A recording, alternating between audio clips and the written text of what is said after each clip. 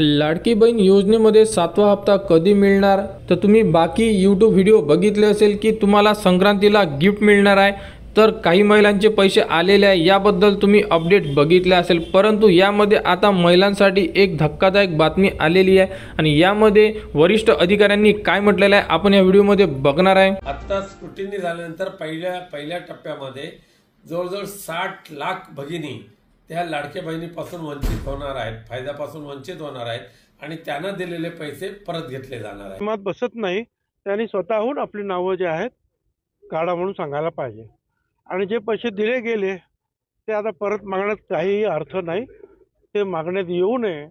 याच्या पुढे जे आहे लोकांना सांगावं या नियमात बसत नाही, त्यांनी स्वतःहून आपली नावं काढून घ्यावी, नाहीपेक्षा मग त्यांना मात्र जे आहे दंडासहित वसुली करण्यात येईल। त्यांची योजना आमचं सरकार पूर्ण सुरू ठेवणार आहे, कोणावरही फार कारवाई होणार नाही।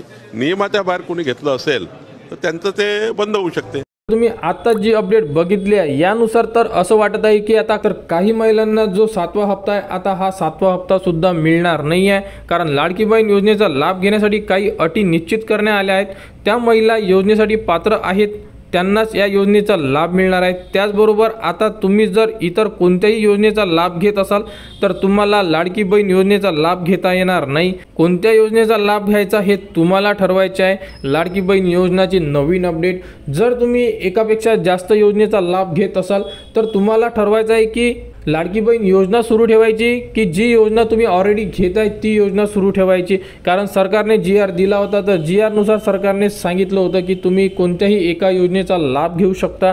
तर यामध्ये आता एकापेक्षा जास्त योजना ज्याही महिला घेत असेल त्यांच्या एक योजना बंद होणार आहे, तर त्यासाठी तुम्ही निश्चित करू शकता की तुम्हाला कोणती योजना सुरू ठेवायची आहे। त्यानंतर बघू शकता लाडकी बहीण योजनेचा लाभ घेणारी महिला ही महाराष्ट्राचा रहिवासी असणं गरजेचं आहे। महिलेच्या कुटुंबाचे उत्पन्न 2.5 लाखापेक्षा कमी असावे, सरकारी कर्मचारी त्याचबरोबर पेन्शनधारकांनाही या योजनेचा लाभ मिळणार नाही। 21 ते 65 वयोगटातील महिलांना या योजनेचा लाभ मिळणार आहे आणि ज्या महिलांच्या कुटुंबात 4 चाकी वाहन आहे त्यांनाही या योजनेचा लाभ मिळणार नाही। अशा प्रकारे अपडेट आली होती। तर ज्याही महिलांनी यासाठी अर्ज केलेले आहे किंवा त्यांना आतापर्यंतचे हप्ते मिळाले आहे, तर लाडकी बहीण योजनेमध्ये ज्याही महिलांनी अर्ज केले होते त्यांना आतापर्यंतचे 6 हप्ते मिळालेले आहे। तर बाकी हप्ते आता त्यांचे कागदपत्रे पडताळणी झाल्यानंतर त्यांना हप्ते द्यायचे की नाही द्यायचे यावरती सरकार आता लक्ष वेधून आहे। कारण वरिष्ठ अधिकाऱ्यांनी जे स्टेटमेंट दिले आहे त्या स्टेटमेंटवरून तर असं वाटत आहे की आता की ज्याही महिलांनी या योजनेचा लाभ घेतलेला आहे त्या योजनेचा लाभ त्यांचा बंद होऊ शकतो आणि जे GR मध्ये दिलेला आहे त्या GR नुसार ज्याही महिला खरोखर गरीब परिस्थितीमध्ये आहे त्या महिलांचा ही योजना सुरू राहणार आणि ज्यांच्या घरी 4 चाकी आहे 2.5 लाखापेक्षा जास्त इन्कम आहे अशा महिलांची ही योजना बंद करण्यात येणार आहे व इन्कम टॅक्स हे जरी भरत असाल तरी तुमची योजना बंद करण्यात येणार आहे, अशाबद्दल ऑलरेडी GR मध्ये सांगितलं होतं। तर आता महाराष्ट्रातील लाखो महिला लाडकी बहीण योजनेचा लाभ घेत आहे। या योजनेचा आता जानेवारी महिन्याचा हप्ता कधी मिळणार याकडे सर्वांचे लक्ष आहे। तर जानेवारीचा जो तुमचा 7वा हप्ता आहे हा तुम्हाला जानेवारीच्या शेवटच्या आठवड्यामध्ये किंवा फेब्रुवारीच्या पहिल्या आठवड्यामध्ये मिळणार आहे, याबद्दलची अपडेट आलेली होती।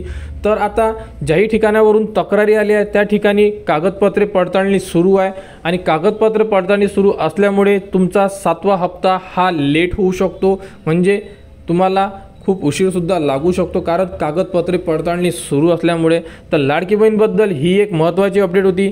तर अदितीताई तटकरे यांनी ऑलरेडी सांगितलं आहे की अफवावर विश्वास ठेवू नका, त्यामुळे खरोखर जी माहिती ओरिजिनल आहे त्या माहितीवर लक्ष ठेवा। ज्याही महिलांना पैसे आलेले आहे त्या महिलांना पैसे येणार आहे, फक्त ज्या ठिकाणावरून तक्रारी आलेल्या आहे त्याच ठिकाणची डॉक्युमेंट व्हेरिफिकेशन परत केल्या जाणार आहे आणि त्यामध्ये ज्या महिला अपात्र असेल त्यांना ही योजना बंद करण्यात येणार आहे, परंतु दिलेले पैसे परत घेणार नाही हे सुद्धा ऑलरेडी सांगण्यात आलेलं होतं। आता यामध्ये कोणकोणत्या महिला 1500 रुपयापासून वंचित राहणार आहे हे आपल्याला येत्या काही दिवसांमध्ये समजणारच आहे। तर लाडकी बहीण योजनेबद्दल जी पुढील अपडेट येईल ती तुम्हाला आपल्या YouTube चॅनलवर उपलब्ध करून देण्यात येणार आहे। त्यासाठी आपल्या चॅनलला सबस्क्राइब करा व हा व्हिडिओ इतरांपर्यंत शेअर करा।